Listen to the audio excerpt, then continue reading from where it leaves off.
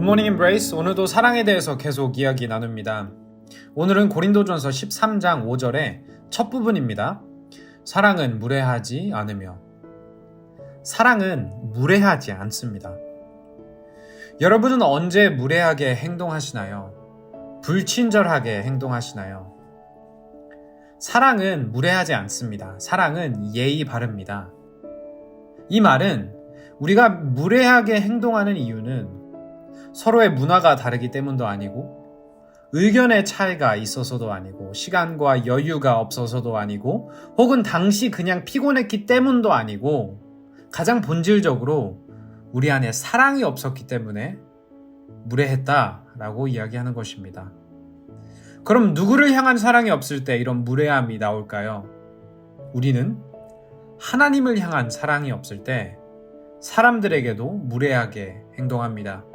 창세기 1장 27절입니다.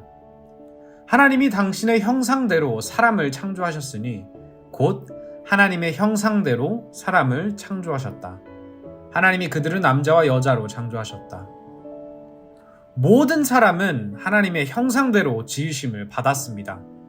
이 말은 하나님을 향한 우리의 태도가 하나님의 형상을 지닌 우리 이웃들을 향한 태도가 된다는 것입니다. 우리가 하나님을 사랑하지 않을 때 하나님에게 무례하게 행동하게 되고, 그럴 때 우리는 자연스럽게 하나님의 형상으로 만들어진 우리 이웃들도 사랑하지 않게 되고 그들에게도 무례하게 행동하게 되는 것입니다. 하나님을 향한 무례함이 사람을 향한 무례함이 됩니다. 무례함에 대해서 이야기할 때 많은 경우 우리는 우리가 무례하게 행동한 그 사람이 무엇을 했는지에 대해서 이야기합니다. 그 사람이 이렇게 행동했기 때문에 나는 무례할 수밖에 없었다라며 정당화하는 것이죠. 다른 말로 하자면 이 이유 때문에 나는 그 사람을 사랑할 수 없었다라고 정당화하는 것입니다. 그리고 물론 우리는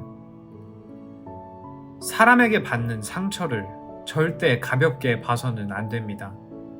또한 상황에 따른 어쩔 수 없는 어려움도 우리는 무시할 수 없습니다. 하지만 만약 나의 무례함이 단 한 번이 아니라 계속해서 반복되는 것이라면, 더 이상 내 주위 사람들 때문에 혹은 그 상황 때문에 내가 무례했을 수밖에 없었다라고 정당화하는 것에는 무리가 있겠죠. 근본적인 문제는 사람도 아니고 상황도 아니고 사랑입니다.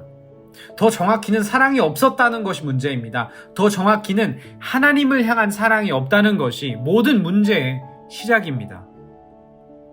하나님을 향한 사랑이 식을 때 보이는 자연스러운 열매가 이웃을 향한 사랑도 없어진다는 것이고, 그로 인해 이웃을 향해 무례하게 행동하게 된다는 것입니다. 자, 그렇다면 이 말을 바꿔서 이야기하자면 우리가 우리 이웃들에게 무례하지 않고 그들을 사랑해 줄 수 있는 방법은 바로 하나님을 향한 사랑을 회복하는 것입니다. 그렇다면 어떻게 하나님을 더 사랑할 수 있을까요? 이 사랑을 회복할 수 있을까요? 가장 먼저 기억하는 것부터 시작할 수 있을 것 같습니다. 그렇다면 무엇을 기억하나요?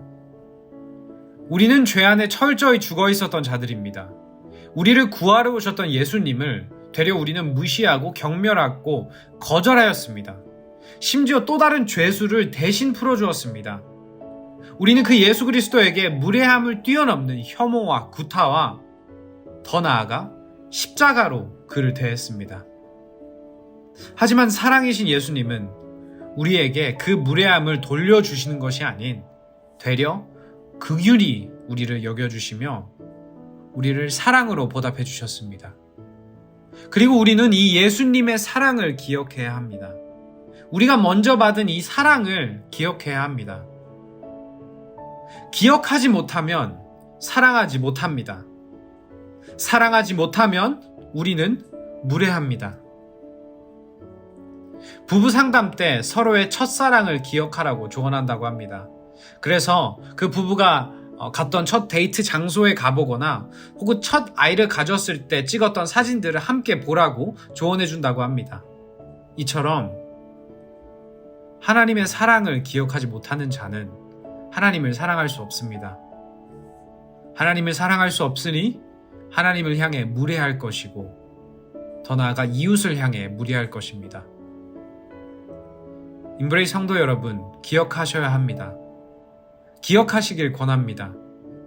예수님이 얼마나 우리를 사랑해 주셨는지, 예수님이 얼마나 우리를 위해 희생하셨는지.